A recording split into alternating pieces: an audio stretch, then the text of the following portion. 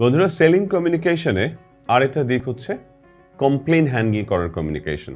Product বিক্রি করতে যাচ্ছ, আইডিয়া বিক্রি করতে যাচ্ছ, মিটিংয়ে কোনো আইডিয়া সেল করছো, অনেক সময় তোমাকে কমপ্লেনের মুখোমুখি হতে হবে।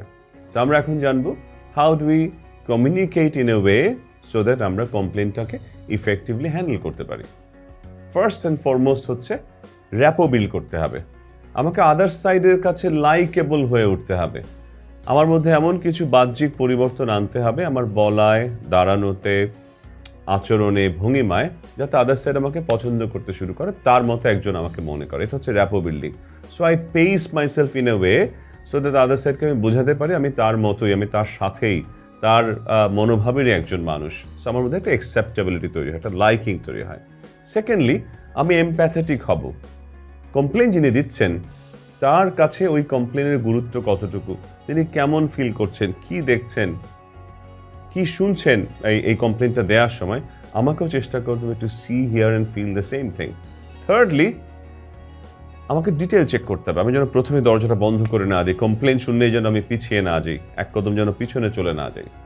আমি ডিটেলটা চেক করবো, যত বেশি আগ্রহ নিয়ে তাকে জিজ্ঞেস করব আমাকে আরেকটু বিস্তারিত বলেন, আচ্ছা আমি একটু ডিটেলগুলো দেখি। তাতে কি হবে, সমস্যা আমি ফাইনালি যেভাবেই সলভ করি না কেন, ক্লায়েন্ট বুঝবে যে আমি তার সমস্যায় আগ্রহ নিচ্ছি, আমার সাথে তার একটা ঘনিষ্ঠতা তৈরি হবে, একটা ট্রাস্ট তৈরি হবে। অ্যান্ড দেন আমি তাকে ফিডব্যাক দেবো। আমি যখন ক্লায়েন্টের সাথে কথা বলছি এই প্রবলেমগুলো নিয়ে, যখন আমি যদি বলি যে আমি একটু সময় নিচ্ছি, আমি আপনার কাছে ফিরে আসবো, টাইম টু টাইম আমাকে যেটা করতে হবে, তাকে ফিডব্যাক দিতে হবে, তাকে জানাতে হবে যে আপনার সমস্যাটা নিয়ে আমি কাজ করছি, বর্তমানে কাজের প্রোগ্রেস এরকম, আর এতদিন সময় আপনার কাছে ফিরে আসবো।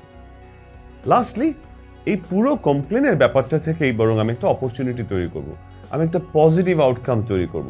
এমনভাবে ক্লায়েন্টের কমপ্লেনটা হ্যান্ডেল করব যাতে কমপ্লেন হ্যান্ডেল করার পরে যখন আমি তার কাছে ফিরে যাব, ক্লায়েন্টের কাছে আমার সম্পর্কের অবনতি তো দূরের কথা, এটার কারণে এই সম্পর্কের অনেক উন্নতি হবে।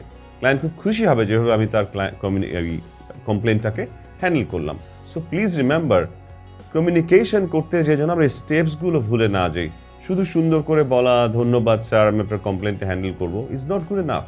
আমাকে এই সমস্ত যে ডিটেলগুলো এতক্ষণ বলেছি, র্যাপো বিল করা, এমপ্যাথেটিক হওয়া, ডিটেলগুলো চেক করা, ফিডব্যাক দেওয়া এবং একটা পজিটিভ আউটকাম তৈরি করা, এগুলো খেয়াল রাখলে আমার কমপ্লেন হ্যান্ডলিং হয়ে যাবে একটা রিওয়ার্ডের নাম।